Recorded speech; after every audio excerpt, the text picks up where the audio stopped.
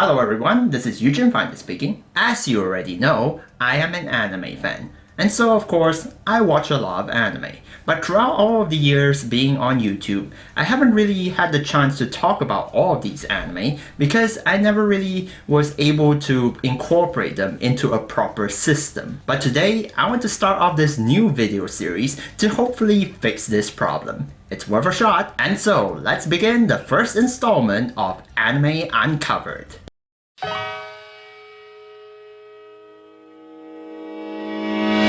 So how this is gonna work is that after a certain period of time, I will gather a whole bunch of anime that I've watched during that period of time and pretty much give a general discussion. Think of it as a review/discussion video, but with multiple series covered in one go. And in most cases, I won't be going in too deeply with the anime specifics, but I will be mentioning the significant aspects that I notice. And I'll admit that there won't be a set schedule for when these videos will come out, but I wanted to have a plan that reminds me of certain videos that I have to get done, aka this series. So unless I lose all motivation for whatever reason, please look forward to this series sticking around for a while. With all that said, let's kick things off right now. We're starting off with a movie of all things. And no, I'm not talking about a Ghibli or Makoto Shinkai film. No, I'm gonna be talking about Goblin Slayer. That's right, the anime that pretty much opened the floodgates for modern political chaos, as far as I know of, that is, but that's a topic for another time. Today, I want to focus on the movie Goblin Slayer, Goblin's Crown. From the same team that made the season 1, the anime supposedly takes place after the events of that season. But the first major problem that I noticed from this movie was the unnecessarily long recap at the beginning, about 25 minutes to be exact. I know that's mentioned in the synopsis, but it still is kind of depressing to know that we only have about 60 minutes worth of new content available in the movie. And yeah, even then, the movie itself was kinda underwhelming. It's basically the team led by Goblin Slayer going on another quest involving goblins, obviously, but also to rescue some adventurers who were having trouble with these goblins.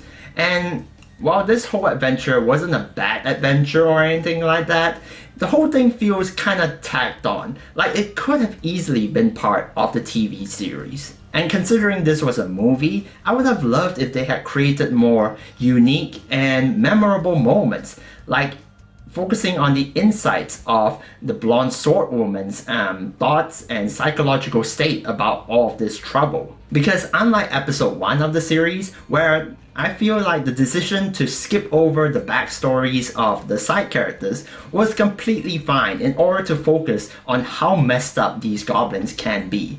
In the movie, we already know that, so it would have been nice if they had changed things up a bit so that we know more about these side characters, aka the blonde swordswoman. But while I say all of that, it's not to say that I hated this movie. I still enjoyed the overall experience, and it still had that thrilling vibe that the TV series presented.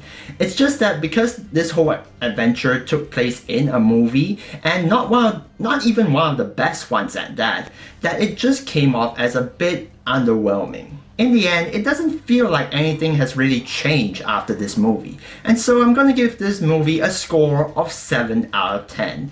It's a decent movie and you should enjoy it if you like season 1.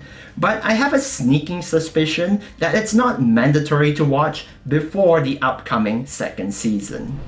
Next up, we have a short anime, which I've been looking forward to ever since it was announced. In fact, I recently did a reaction on it, which you guys can check out by clicking on the card appearing on screen right now. I am of course talking about Kaginado. For those of you who don't know, Kaginado is a mini spin-off series incorporating franchises from Key Animation, specifically Air, Kanon, Clannad, Little Busters, and Rewrite.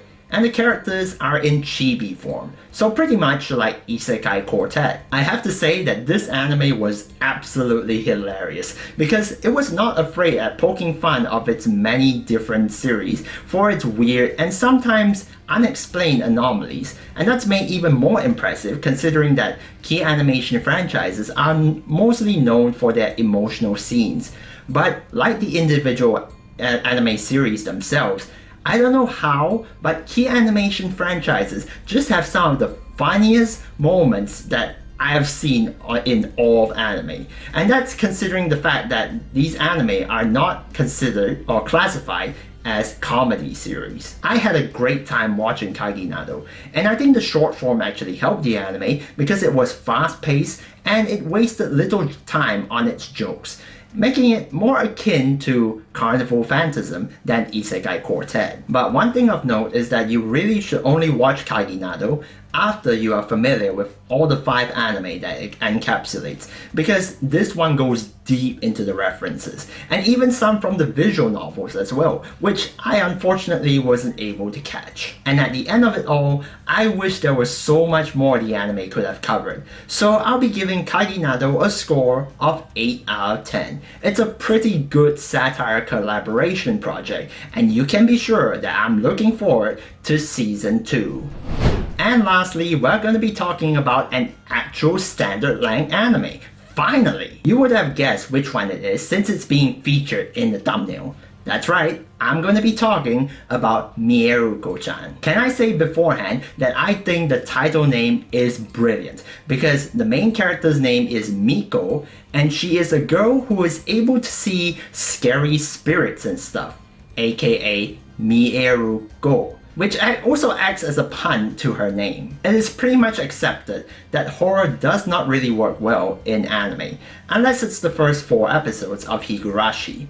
Even if the scary ghosts in Mieruko-chan were well drawn, it is easy to get numb towards them after seeing them so often. But to switch things up, the concept of having someone react to these scary ghosts and spirits, aka Miko, was a rather genius idea, because since it's not always obvious how she will respond, the anime remains engaging because I want to know what happens next, most of the time resulting in hilarious circumstances, including the ones involving misunderstandings by Yulia. Now I'm sure people will want me to comment on the fan service in the anime, because the anime is not shy of using that to its advantage. While I admit that the fan service can be very in your face sometimes, I wasn't actually too bothered by it. In fact, I'm starting to have a better appreciation to Yuki Ogawa's style, because she seems like a woman of culture, especially when it comes to focusing on thighs, just like with Miru tights. Since the anime is more of a comedy, it feels more fitting for the fan service to be present to create a sense of just relax. Everything is just fine. And while we're on it, can I just say that I think that Miko is really pretty? And I'm saying that despite her having a big boob friend named Hana. And at the very least, the anime tones down on the fan service during its more serious and touching moments, which was surprisingly good and comes to us when we least expect it. Although if there's one thing that I would have loved to see from this anime, it would be the showcasing on whether or not these ghosts are able to affect Miko physically, and whether they would be an actual threat to her life. Because I know that they affect her mentally, but it would have been nice to see more than just that as a reward for all of the built-up intention. Not to mention, it would have been nice to see how all of this has really changed Miko in the long run, and maybe even some closure between her and Yulia in discussing about their unique abilities. So with that, I'm giving Mieruko-chan a score of 8 out of 10. It's a nice and genius take on the horror genre, and if there is a second season, I would love to see them work on the parts that I've mentioned. And with that, that's gonna have to do it for this edition of Anime Uncovered. What do you guys think about this new style of video where I cover multiple anime in one go? And while we're at it, what do you guys think about the 3 anime that I've mentioned? Let me know in the comment section below. And if you would like to request for me to watch and talk about a particular anime, please consider supporting me on Patreon to keep this channel going. Also, consider following me on Twitter and leave a like, subscribe, and share this video because it really helps me out. And so, as always, thank you guys so much for watching this video, and I'll see you guys next time.